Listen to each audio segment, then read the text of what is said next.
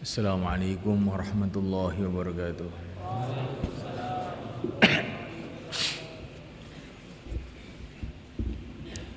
Innal hamdalillah nasta'inuhu wa nastaghfiruhu wa nu'minu bihi wa natawakkalu alayhi wa na'udzu bihi min shururi anfusina wa min sayyiati a'malina. من يهديه الله فلا مضل له ومن يضلل فلا هادي له أشهد أن لا إله إلا الله وحده لا شريك له وأشهد أن سيدنا ومولانا محمدا عبده ورسوله اللهم صل وسلم وبارك عليه وعلى آله وأصحابه والتابعين لهم إلى يوم القيامة أما بعد. Hadirin yang dimuliakan Allah SWT, majelis kita ini adalah majelis usaha. Yang mendengarkan usaha, yang berbicara pun usaha.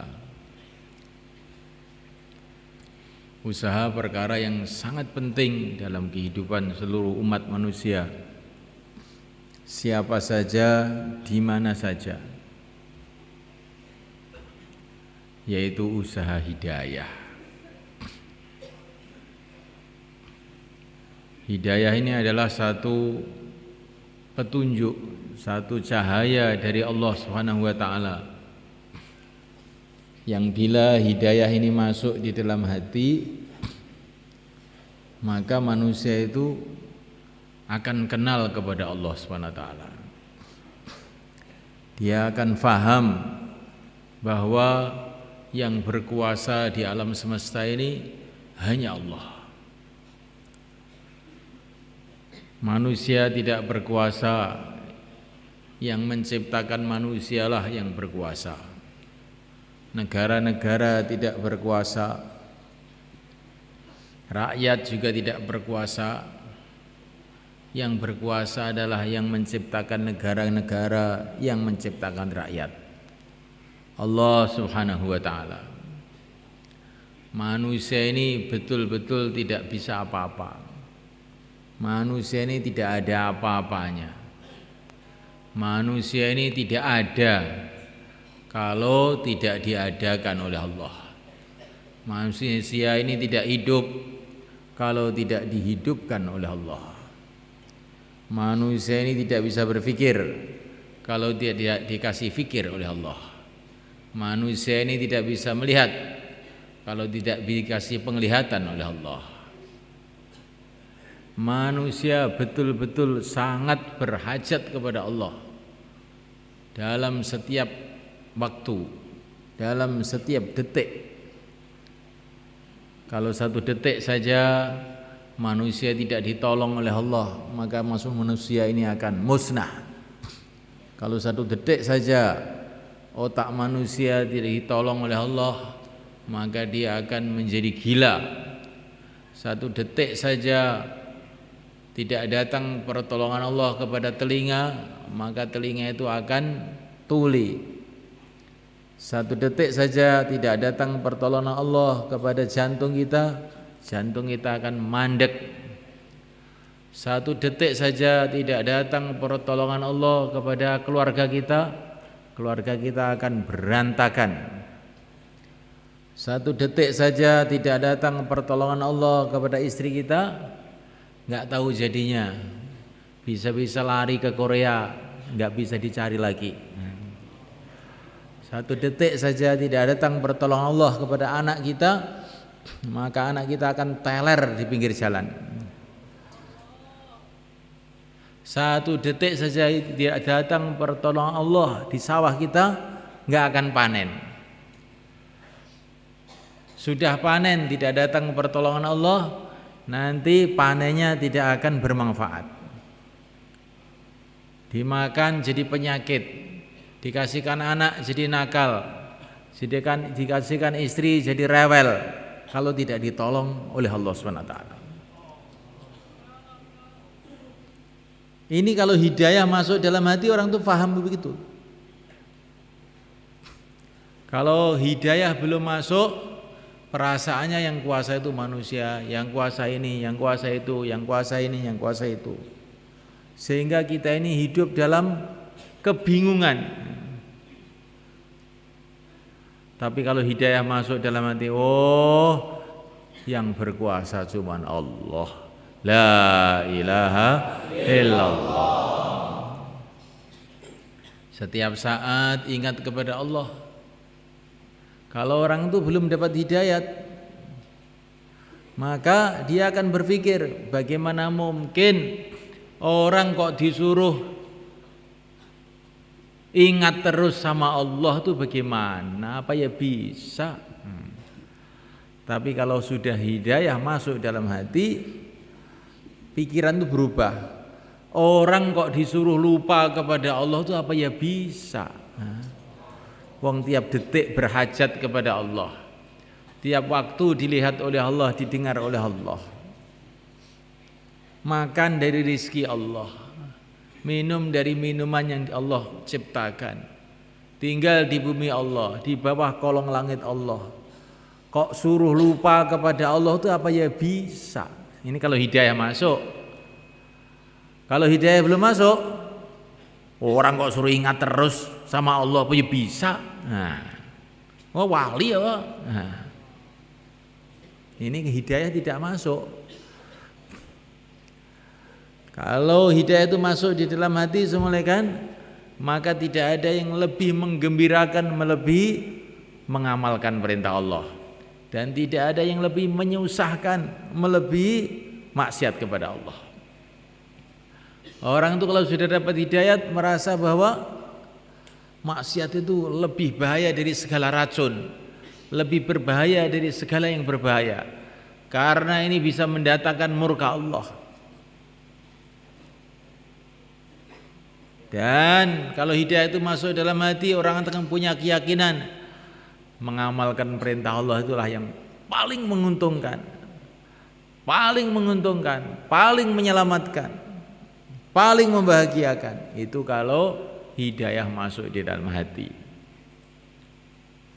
Nah, mulaikan Allah SWT, kalau hidayah itu masuk di dalam hati, orang itu akan faham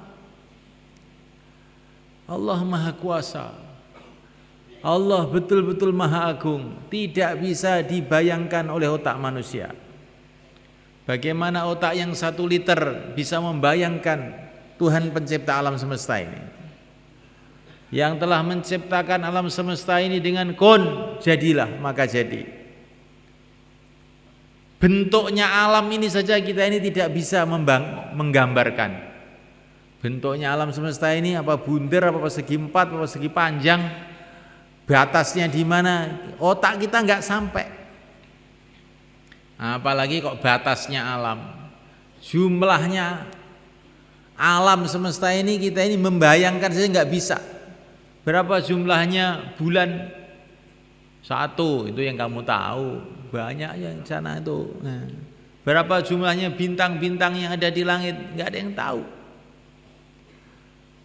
Kalaupun tahu itu namanya Abu Nawas. Nah, berapa jumlahnya Abu Nawas bintang-bintang yang ada di langit? Kamu tahu apa enggak? Tahu. Jumlahnya sama dengan rambut kepala kamu itu. Hitung sendiri, nanti kalau sudah hitung laporan sama saya. Itulah jumlahnya bintang-bintang yang ada di langit. Katanya Abu Nawas. Maknanya ini tidak ada orang yang bisa ngitung. Sampai ahli-ahli antariksa, ahli-ahli teropong-teropong gede, nggak bisa. Apalagi kau ngitung, memperkirakan saja tidak bisa. Ini semua ciptaan Allah. Dari kun jadilah maka jadi. Maka keagungan Allah Subhanahu wa taala itu betul-betul tidak bisa dibayangkan oleh otak manusia. Ini kalau orang dapat hidayah. Maka kata para ulama, Allah itu tidak di atas, tidak di bawah. Allah lah yang menciptakan atas, yang menciptakan bawah. Allah tidak di bumi, tidak di langit. Allah lah yang menciptakan bumi, menciptakan langit. Allah tidak berhajat dengan apa saja, tidak berhajat dengan zaman, tidak berhajat dengan tempat. Dialah yang menciptakan segala tempat. Subhanallah, maha suci Allah, maha agung Allah, betul-betul tidak bisa diukur oleh otak manusia. Ini kalau orang dapat hidayah, sehingga kalau mendengar asma Allah disebut Allahu Akbar, hatinya gemetar, ketakutan. Ini kalau hidayah masuk dalam hati. Nah, oleh karena Allah Ta'ala, bagaimana kalau sekarang itu dibisikkan ke telinga kita, itu Pak Presiden ada di belakang kamu, pasti kita akan terkejut. Nah, Presiden, iya Presiden ya, di belakang kamu itu. Nah, oleh karena Allah Ta'ala, kalau kita dikasih tahu itu belakang kamu ular, terkejut nggak kira-kira? Terkejut. Kalau dikasih tahu harimau di depan itu, kita akan terkejut. Orang beriman oleh karena Allah Ta'ala, bagaimana tidak terkejut ketika disebut nama Allah yang menciptakan seluruh makhluk, yang menciptakan seluruh presiden, yang menciptakan seluruh harimau, yang menciptakan seluruh ular, yang menciptakan dunia, yang menciptakan akhirat, yang menciptakan surga, yang menciptakan neraka. Bagaimana dia tidak terkejut? Wa idza dzukirallahu wajilat qulubuhum. Kalau disebut nama Allah, hatinya gemeter. Itulah tandanya orang dalam hati ada hidayah. Nah, mulai kan Allah Subhanahu wa taala, ini hidayah, salah satu hasilnya hidayah itu kayak begitu. Setelah kenal dengan keagungan Allah, kalau hidayah ini masuk, malaikat amal agama itu senang, sudah enggak karuan senangnya. Wa ju'ilat qurratu aini fis shalah, kata Nabi, sejuk mataku waktu sholat. Baginda Nabi itu semalakan kalau beliau itu lagi capek, lagi pokoknya sangat capek sekali lah, maka beliau mengatakan kepada Sayyidina Bilal, arihna biha, ayo sholat biar seger lagi. Nah, jadi baginda Nabi itu kalau capek malah sholat biar seger. Nah, ini orang yang tahu keagungan Allah Subhanahu wa taala, keagungan agama Allah Subhanahu wa taala.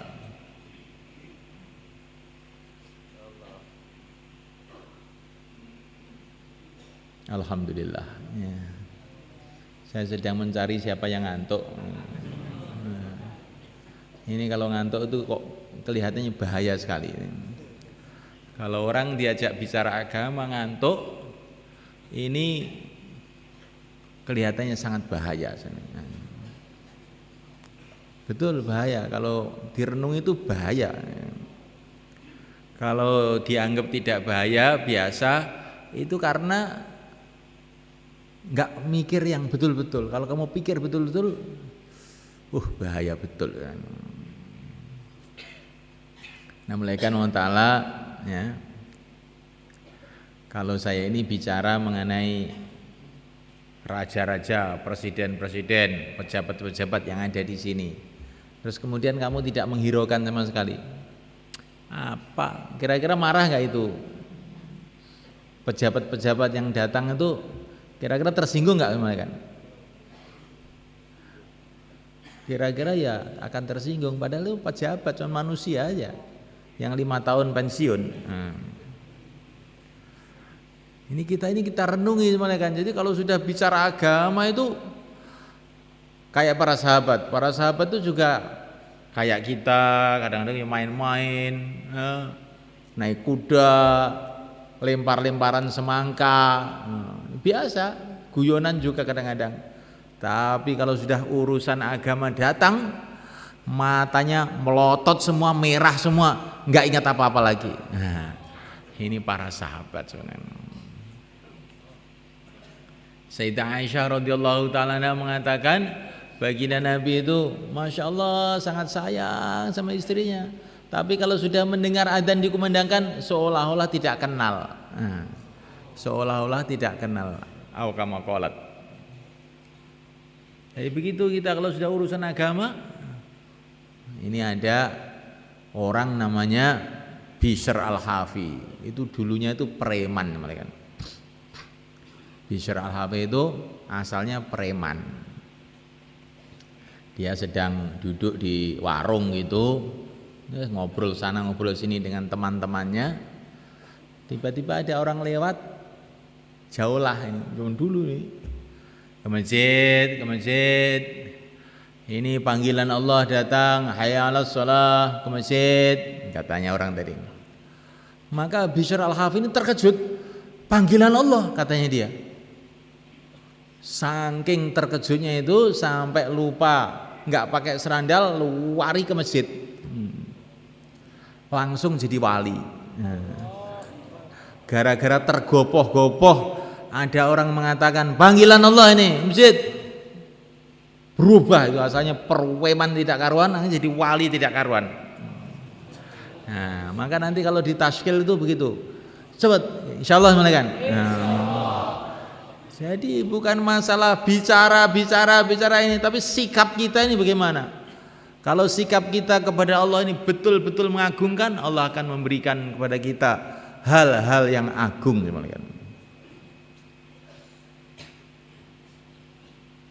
insyaallah kan. Nah, itu caranya. Kita ini kalau ngomongnya itu sudah banyak yang pandai-pandai ngomong. Nah, tapi bagaimana sikap kita?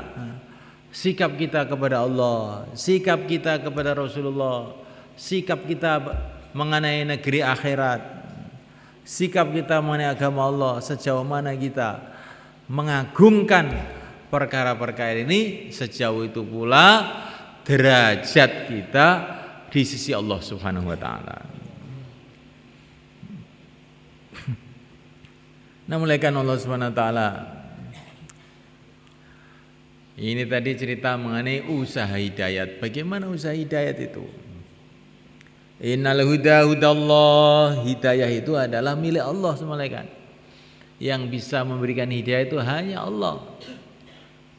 Manusia tidak bisa memberikan hidayat. Tetapi Allah Subhanahu wa taala melalui yang mulia baginda Muhammad alaihi salatu wassalam memberitahu kepada kita usaha-usaha yang bila kita kerjakan Allah akan kasih hidayah. Yang pertama kali mendengarkan pembicaraan agama ini. Tandanya orang itu mau dapat hidayat itu dengarkan pembicaraan agama itu, dengarkan betul-betul. Alladzina yastami'una al-qawla fayattabi'una ahsanah ulaika alladzina hadahumullah. Orang yang mendengarkan betul, yastami' itu mendengarkan sungguh-sungguh. Bukan sekedar dengar, tidak. Yastami' itu betul-betul mendengarkan, maknanya itu. Mereka ini adalah orang-orang yang dapat hidayah dari Allah. Nah, kita ini belajar kalau ada pembicaraan mengenai agama, pembicaraan mengenai keagungan Allah, pembicaraan mengenai bagaimana pentingnya taat kepada Allah, kita dengarkan sungguh-sungguh. Insyaallah malaikat. Kemudian usaha yang kedua malaikat, kita juga harus bicara. Jangan hanya mendengarkan saja, tapi bicara. La yastaqimu imanul mar'i hatta yastaqima lisanuhu wa la yastaqimu imanul mar'i hatta yastaqima qalbuhu wa la yastaqimu qalbuhu hatta yastaqima lisanuhu. Iman orang itu tidak akan lurus, kata Nabi ini.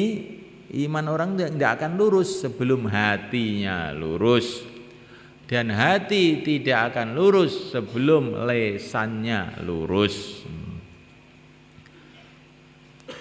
Maknanya kalau lesan lurus, hati jadi lurus. Kalau hati lurus, iman lurus. Kalau iman lurus, amal jadi lurus. Kalau itu semua lurus, datang pertolongan Allah, datang barokah Allah, datang nusratullah dalam kehidupan kita di dunia ini dan kehidupan di akhirat. Insyaallah malakan. Dibiasakan kita ini bicara keagungan Allah SWT. Bangun tidur ketemu istrinya, Assalamualaikum, saya hamba Allah, kamu adalah hamba Allah. Allah yang menciptakan aku dan yang menciptakan kamu.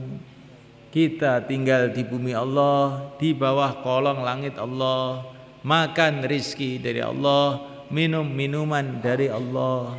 Kita tidak bisa bernafas satu nafas pun tanpa ditolong oleh Allah. La ilaha illallah. Maka kita harus senantiasa taat kepada Allah, tunduk kepada Allah, ingat kepada Allah. Insyaallah, hei istriku, insyaallah.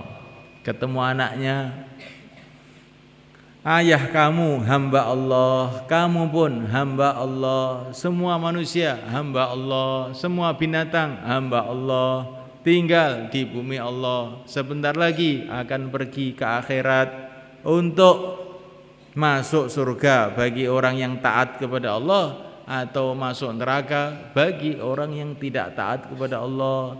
Maka anakku, jagalah agama karena Allah. La ilaha illallah. Ketemu pelajar, Assalamualaikum, sudah selesai ujian? Alhamdulillah. Kamu ingin ujian kamu ada manfaatnya? Kamu ingin ijazah kamu ada manfaatnya? Yo, ingin. Kalau kamu ingin ijazah kamu ada manfaatnya, maka kamu amal agama dengan baik, yakin kepada Allah, sholat 5 waktu dijaga, ikut taklim di masjid, insya Allah. Nah, kalau kamu tidak mau taat kepada Allah, bisa-bisa ijazah kamu tidak ada manfaatnya. Banyak orang punya ijazah sarjana ekonomi tapi malah banyak utangnya. Banyak orang tidak punya ijazah malah banyak duitnya. Yang memberi rezeki Allah, bukan ijazah yang memberi rezeki. La ilaha illallah. Ketemu pejabat, Pak Lurah, Pak Camat, Assalamualaikum. Waalaikumsalam. Maaf ini Pak ya, ini belajar bicara agama, jangan Bapak tersinggung ya. Ini belajar kok Pak, ini belajar ngomong, tapi ngomong yang baik. Ya silakan, ngomong apa kamu? Saya ingin melihat Bapak jadi raja di surga Allah. Jabatannya tidak akan lepas selama-lamanya.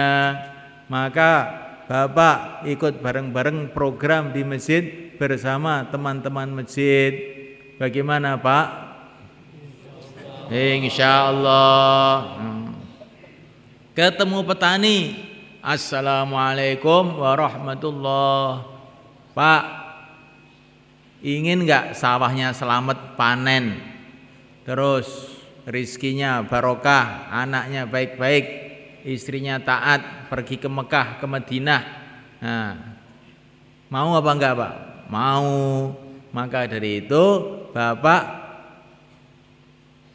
sama-sama dengan kita menghidupkan amal masjid. Dalam satu hadis, kalau orang itu menghidupkan amal masjid, maka nanti rizkinya barokah. Assalamualaikum warahmatullahi. Ketemu siapa lagi? Ketemu orang tua, Assalamualaikum warahmatullahi. Mbah, kelihatannya di dunia sudah tidak lama. Nah, mau apa lagi? Nah, dunia ya cuma begini saja. Katanya Pak Kiai, siapa yang sudah kawin berarti sudah tahu dunia dengan segala isinya. Tinggal akhirat saja yang belum tahu. Maka kita ke masjid untuk belajar akhirat. Mbah, nggih. Assalamualaikum warahmatullahi. Kira-kira bicara begitu bisa enggak? Nah, setiap ketemu orang bicara agama. Ini supaya agama itu masuk dalam hati itu kuncinya di mulut ini. Kalau mulutnya tiap hari cuma bicara sawah, ladang, rabuk, macul, meluku, nggaru, nah, wedang kopi, wedang teh, wis ngono kuwi tok terus. Nanti yang dalam hati kita ya adanya wedang kopi, wedang teh, sawah, meluku, nggaru itu. Apa yang kita bicarakan itu yang akan masuk dalam hati. Kuncinya hati itu mulut. Ini hadis ini. Jangan mengatakan Allah ngomong tok tapi nggak diamalkan. Loh, jangan begitu. Ngomong dulu, lama-lama amal. Ya. Ngomong aja dulu, lama-lama amal. Jadi orang mau kawin tuh ngomong aja, lama-lama kawin betul. Ya. Jual beli itu ngomong aja, lama-lama jual beli betul. Jadi ngomong itu penting. Maka ngomonglah yang baik. Ngomong yang baik itu apa? Ngomong mengenai keagungan Allah, bicara mengenai akhirat, bicara agama ini penting, sangat penting, melebihi yang penting. Ini termasuk usaha hidayah yang penting ini, bicara agama. Nah, melainkan Allah Ta'ala. Dan termasuk usaha agama yang sangat penting lagi adalah usaha hidayah yang sangat penting lagi adalah mengamalkan sunnah-sunnah Nabi.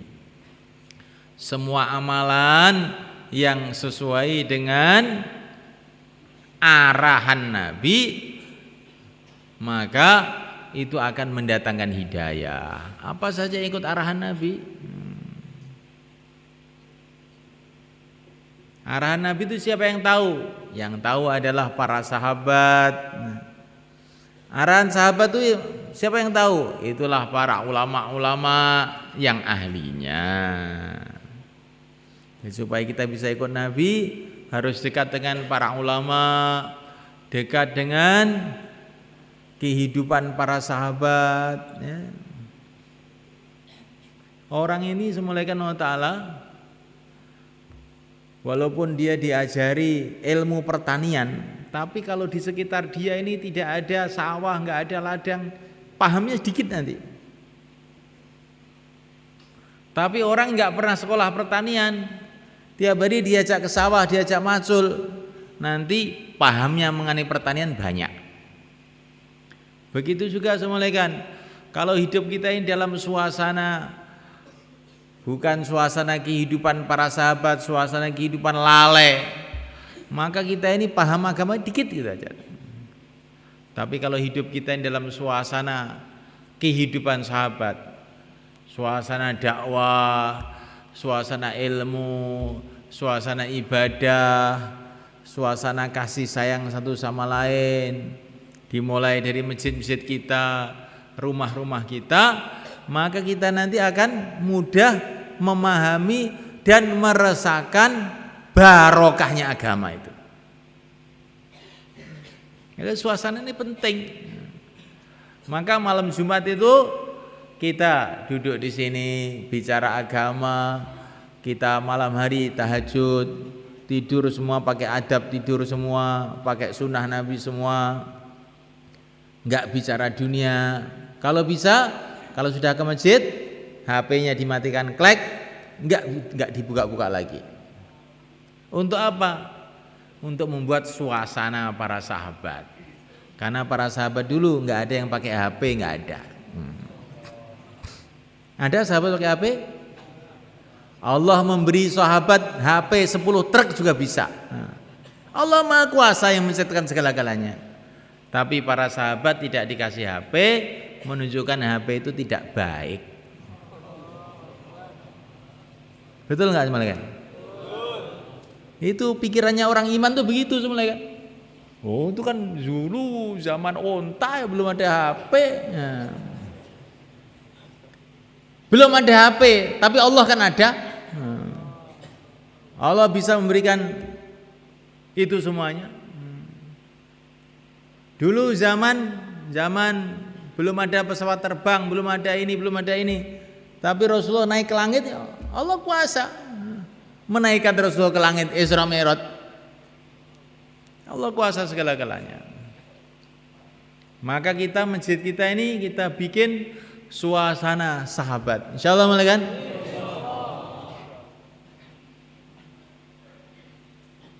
Habis sholat tasbih. Ini masuk sunnah nih para sahabat dulu. Baca tasbih subhanallah, subhanallah, subhanallah. Habis sholat tak tek. Opoy. Bagaimana iman bisa naik gitu? Itu suasana Eropa, suasana orang lalai kamu bawa ke masjid.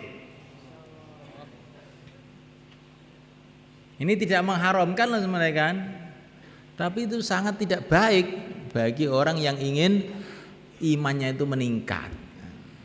Kita ini kan ke masjid ini supaya imannya meningkat, supaya hidayah itu tambah, hati kita tambah bercahaya, tambah dekat kepada Allah, tambah dekat kepada Rasulullah. Itu mau kita kerangkring bagaimana ini mereka? Ini tambah jauh aja kelihatannya ini. Kelihatannya loh, tapi kenyataannya begitu itu emang. Ya. Betul mereka. Allah Subhanahu wa taala itu sangat dekat kepada kita.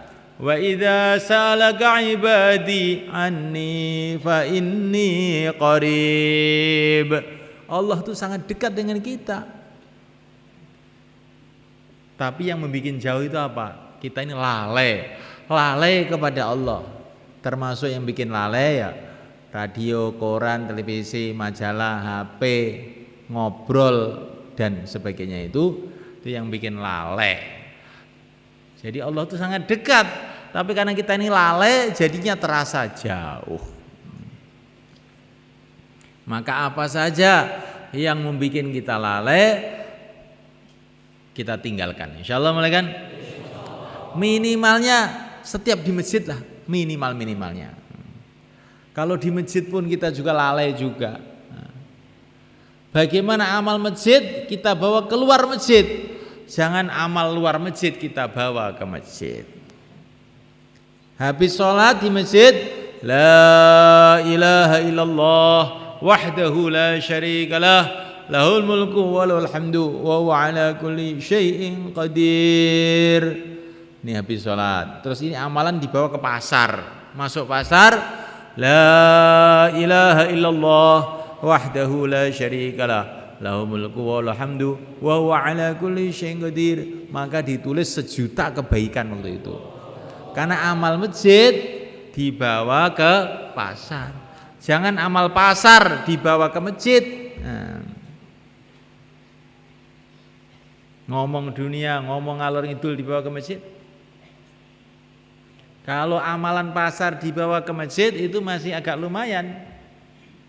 Pasarnya dibawa ke masjid. Nah, bagaimana pasar kalau dibawa ke masjid? Yaitu kalau sudah bawa HP itu pasarnya bawa ke masjid.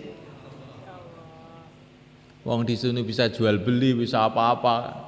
Itu pasar kecil ya HP itu.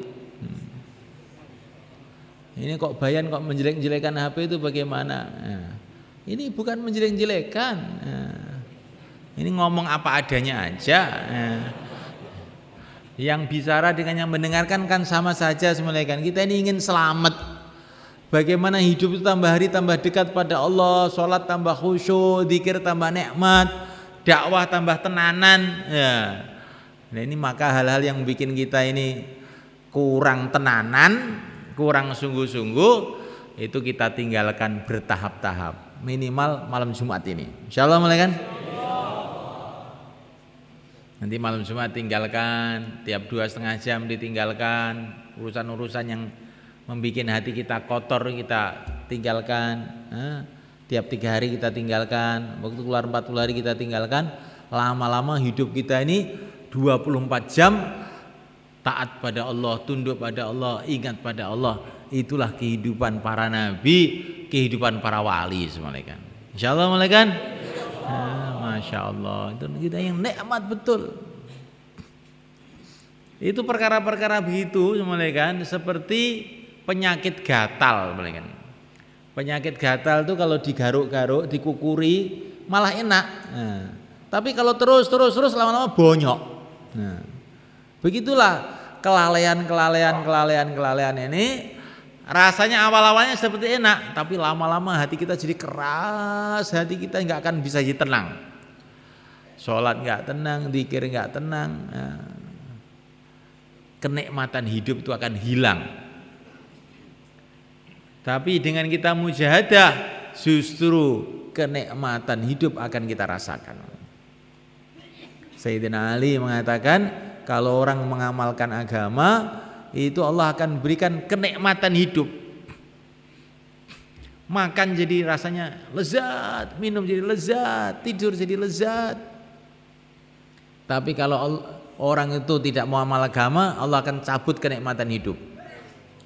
Sehingga makan nggak ada rasanya, minum nggak ada rasanya, melihat istrinya nggak ada rasanya, melihat anaknya ampang, melihat temannya sumpek. Itu kehidupannya orang-orang yang nggak amal agama. Maka zaman dulu kalau kiai itu memberi nasihat kepada santrinya itu aneh. Makanlah yang enak, tidurlah yang nyenyak. Loh kok begitu bagaimana? Iya. Kalau kamu banyak puasa nanti makannya enak. Kalau kamu banyak melek tidurnya nyenyak. Jadi dengan kamu mujahadah justru kamu bisa tidur nyenyak, bisa makan enak. Tapi kalau sebentar makan lama-lama perutnya sakit, nggak doyan makan lama-lama. Di agama itu seperti itu semuanya kan. Kalau dikerjakan justru membuat kenikmatan hidup. Orang di rumah saja lama-lama bosen malah. Keluarlah 4 bulan gitu. Nanti kan kalau pulang itu terasa, Masya Allah, syukur punya keluarga, syukur, rasa nikmat gitu. Jadi kalau bertahun-tahun di rumah aja, waleh gimana kan? Waleh. Dunia itu malai, dunia itu membosankan. Betul ini. Agama inilah yang mendatangkan kenikmatan hati. Nah, oleh karena Allah Ta'ala, maka orang Jepang itu katanya duitnya banyak, teknologinya tinggi, tapi di seluruh dunia yang paling banyak bunuh diri orang Jepang.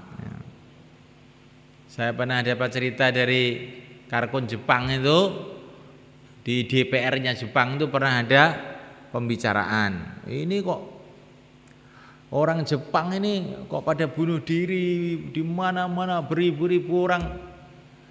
Yang berarti kan penduduk kita ini tidak tenang, tidak tentram. Apa solusinya? Apa jalan keluarnya? Ini salah satu anggota DPR-nya Jepang itu bilang, kalau menurut saya itu jalan keluarnya suruh masuk Islam saja. Loh, suruh masuk Islam? Apa kamu orang Islam? Bukan, saya belum Islam saya. Tapi saya lihat tuh orang Islam tuh nggak bunuh diri, karena bunuh diri itu haram katanya. Islam, orang Islam tuh saya pernah lihat tuh orang Islam tuh malah nakal-nakal, saya juga tahu kok katanya salah satu temannya. Itu orang Islam yang nggak ngamalkan agamanya begitu. Kalau yang ngamalkan agamanya baik-baik, nggak ada yang jelek katanya. Ini pembicaranya orang kafir sebenarnya. Pembicaranya orang kafir, kepet. Lah kok malah orang-orang Islam mau ikut-ikutan orang Jepang, mau bunuh diri semua apa? Nah, mulai kan Allah Subhanahu wa taala. Ini usaha hidayah, sunnah-sunnah Nabi dikerjakan, amalan-amalan para sahabat dikerjakan. Amalan para ulama-ulama yang soleh dikerjakan. Karena kita diperintah oleh Nabi, ikut sahabat. Diperintahkan oleh Nabi, bahkan diperintahkan dalam Quran, ikut orang-orang yang dekat kepada Allah. Wattabi' sabila man anaba ilayya. Ikutilah jalan orang-orang yang inabah, yang ahli ibadah. Ikuti itu dia.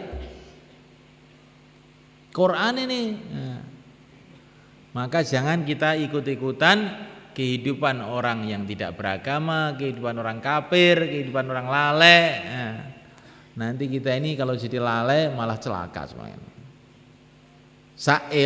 Untung-untunge wong lali, si untung wong eling, jarene Sunan Kalijaga kuwi. Untung-untunge wong lali, si untung wong sing eling. Nah, malaikat Allah Ta'ala, dan di antara usaha hidayah adalah doa. Sebaik-baiknya doa dalam sholat. Ihdinas siratal mustaqim, ya Allah berikanlah hidayat kepada kita semua jalan yang lurus. Paling sedikit sehari semalam 17 kali. Doa untuk diri kita dan doa untuk umat. Ihdina, ya Allah tunjukilah kita semua ya Allah jalan yang lurus. Siratal ladzina an'amta alaihim, jalannya orang-orang yang telah Engkau beri nikmat. Maksudnya para nabi, para siddiqin, para syuhada, para sholihin.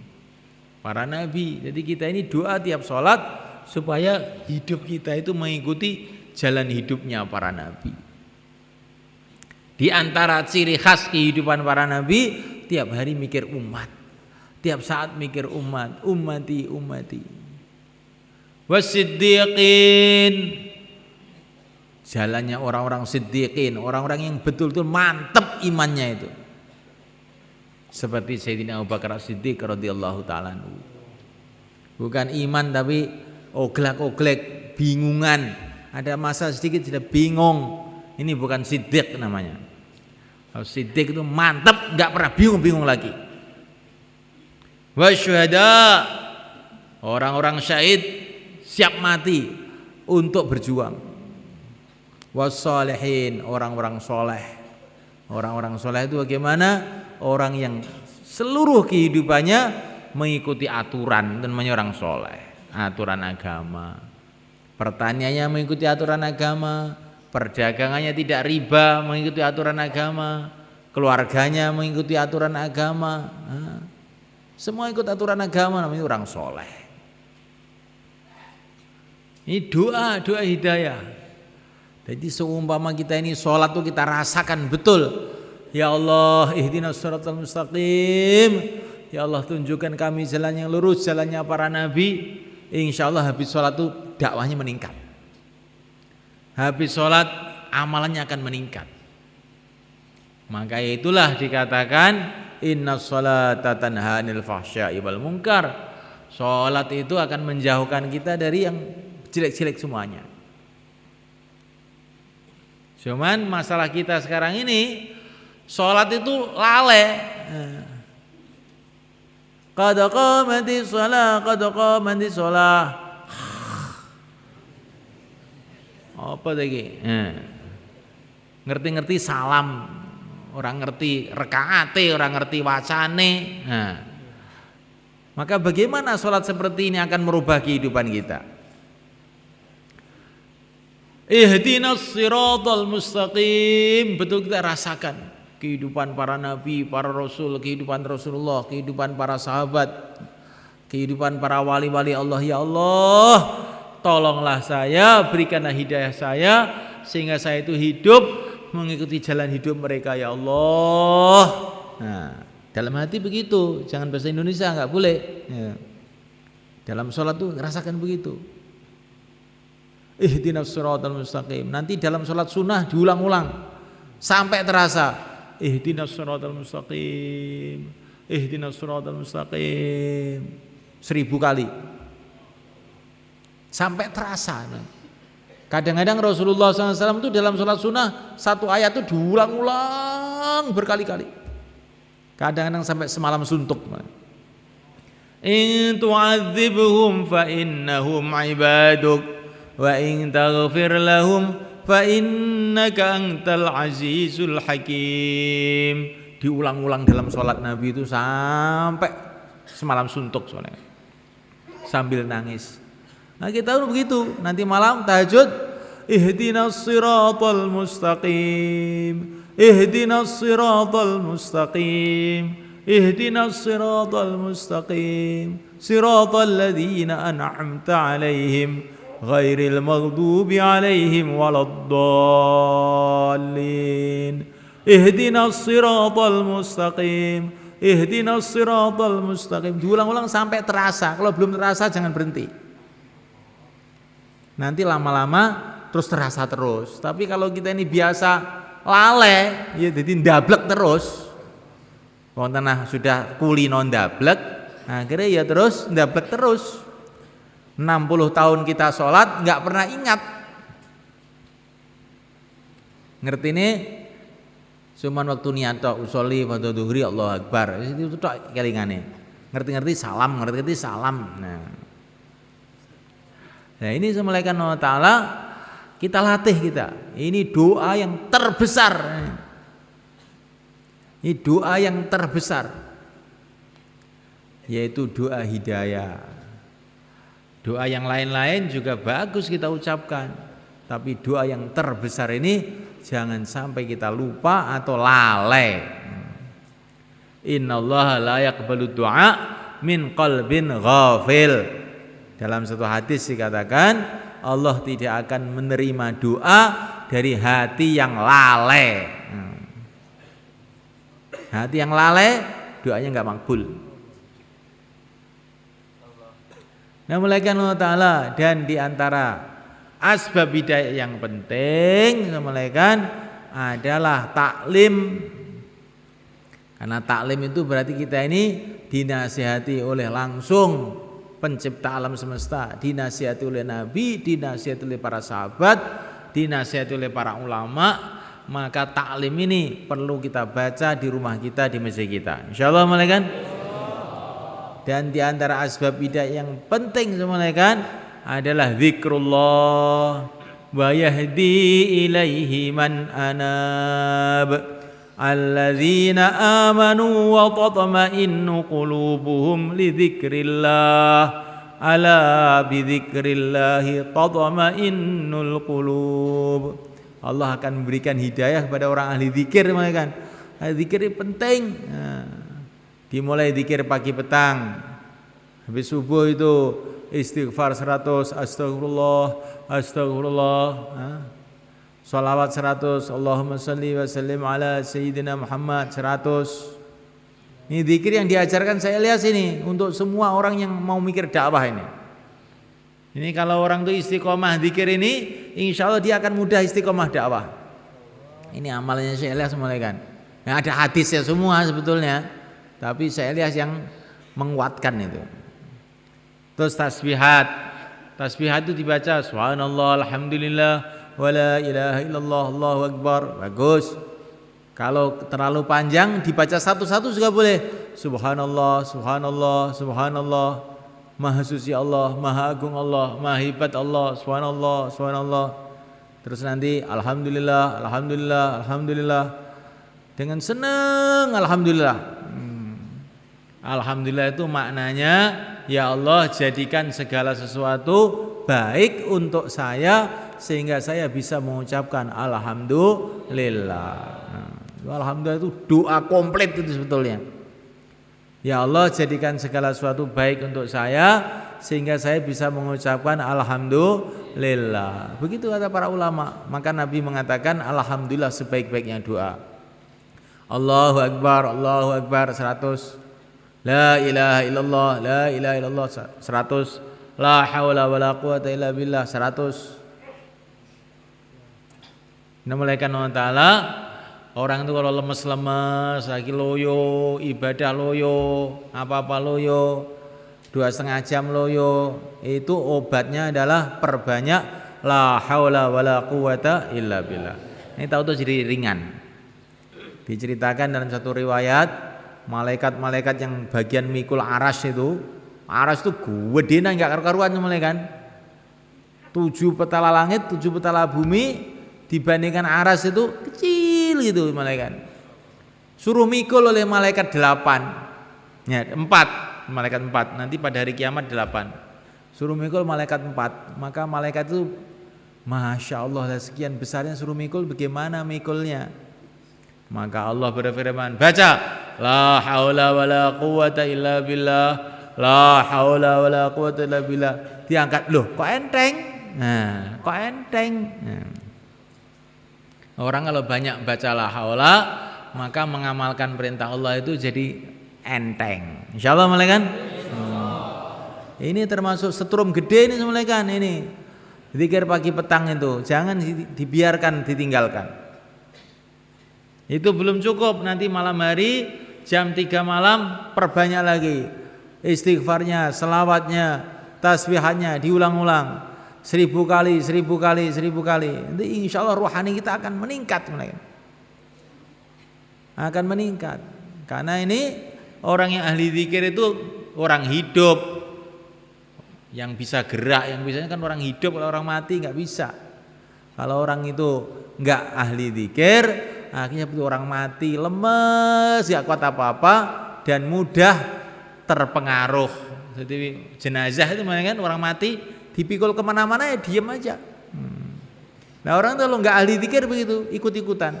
Oh ini bertaklim akhir rung, ikut pulang. Ini bukan ahli zikir. Kalau ahli zikir enggak. Subhanallah, subhanallah, subhanallah.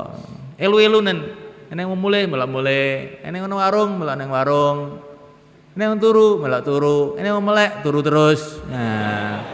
Nah iki zikire apes.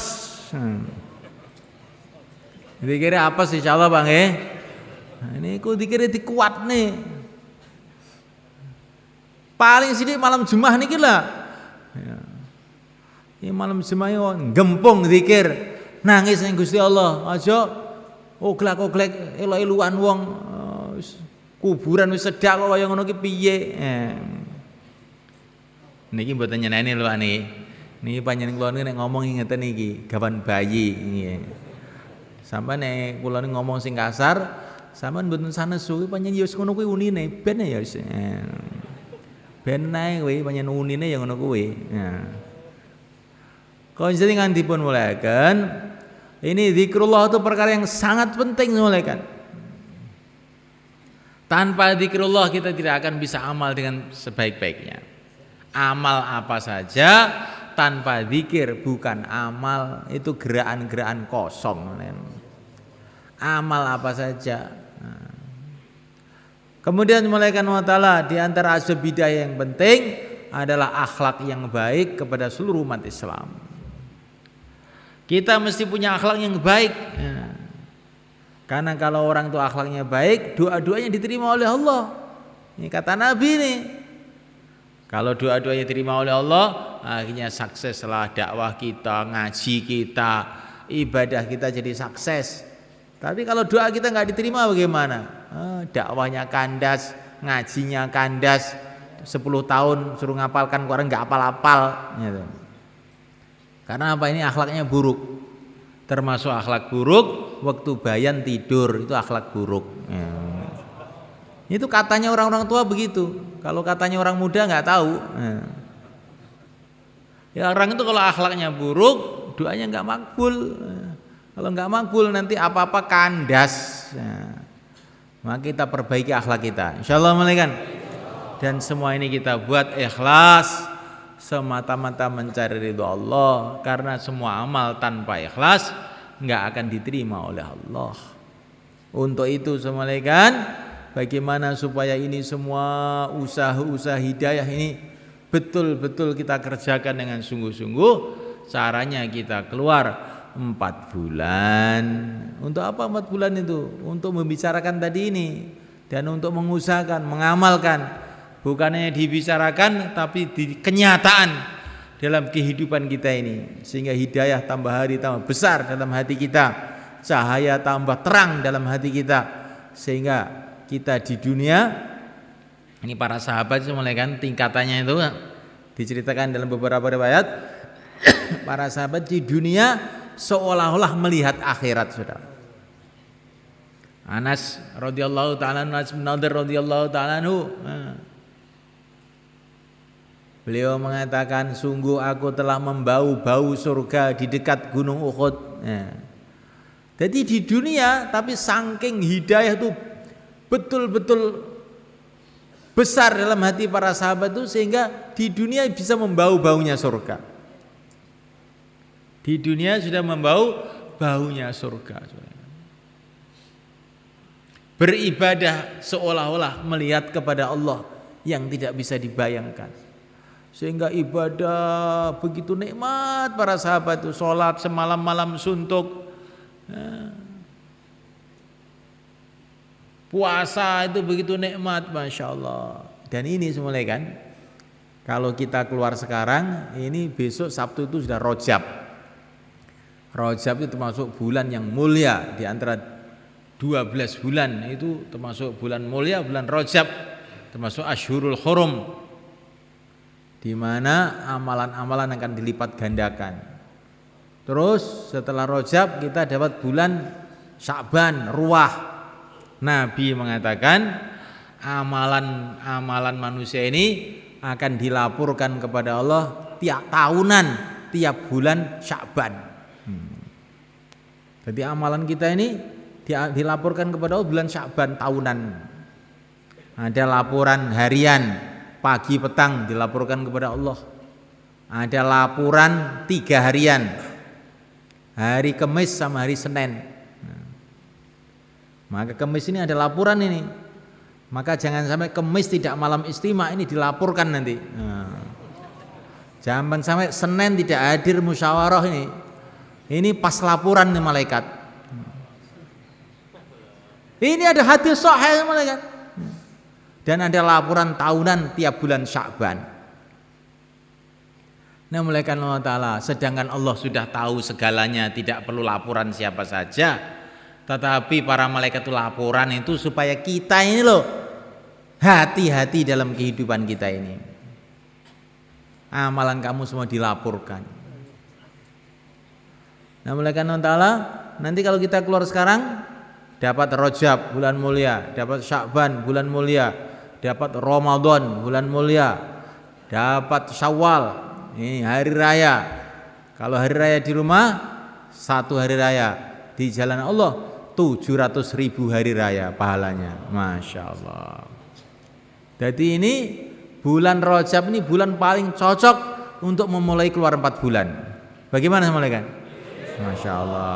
Maka yang mau keluar 4 bulan silahkan berdiri ke selatan. Taqabbalallah. Monggo.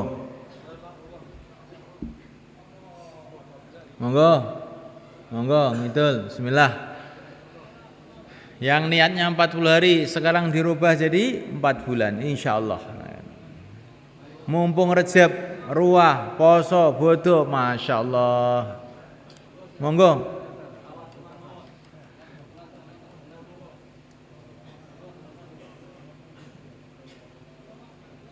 Walaupun hatinya belum niat, berdiri aja semuanya kan. Sambil jalan nanti niat. Berdiri aja, bismillah, sudah. Berdiri aja, sambil niat jalan, jalan sambil niat. 4 bulan, bismillah. Tawakkal 'ala Allah. Monggo.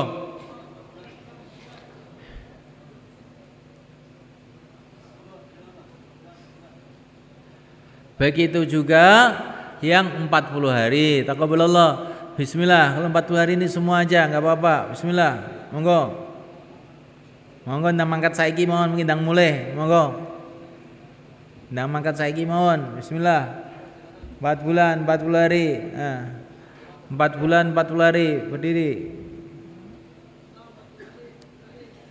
Ya, insyaallah. Taqabbalallah. Jazakumullah. Monggo mboten sah sungkan. Kanjeng Nabi mun ngentosi kita, para sahabat ngentosi kita, swarga wis dadi, neraka wis siap. Awake dhewe ajeng teng napa? Rasulullah menunggu kita, para sahabat menunggu kita. Surga sudah jadi, neraka sudah siap. Akhirat sudah di depan pintu. Kita mau berangkat ke sana. Insyaallah malaikat.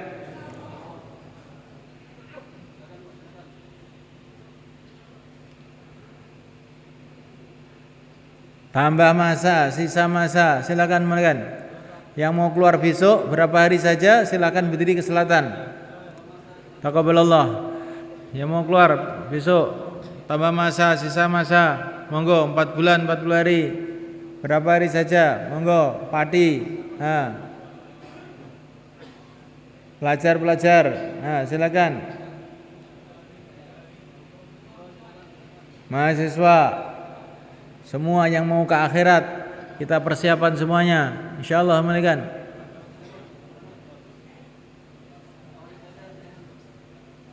Insyaallah sedaya niat Pak nggih.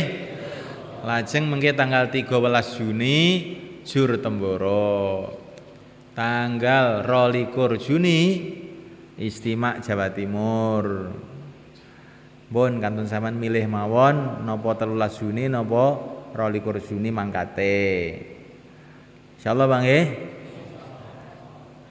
Sampeyan kabari anak sampean, istri sampean, kanca-kanca sedaya umat Islam diaturi rawuh mengke teng mriki tanggal 13 Juni utawi tanggal 21. Angge mikirne ben umat Islam niki balik mulya malih kados rumiyin-rumiyine. Insyaallah Bang nggih. Saniki tiga-tiga sekawan-sekawan semayanan sok kapan ta awake dhewe iki ndang bergerak berjuang kaya wong-wong biyen iki kapan. Ning ngrungokne wis akeh karek mangkate saiki. Monggo tiga-tiga sekawan-sekawan monggo. Tiga-tiga sekawan-sekawan. Semayanan, semayanan nggih.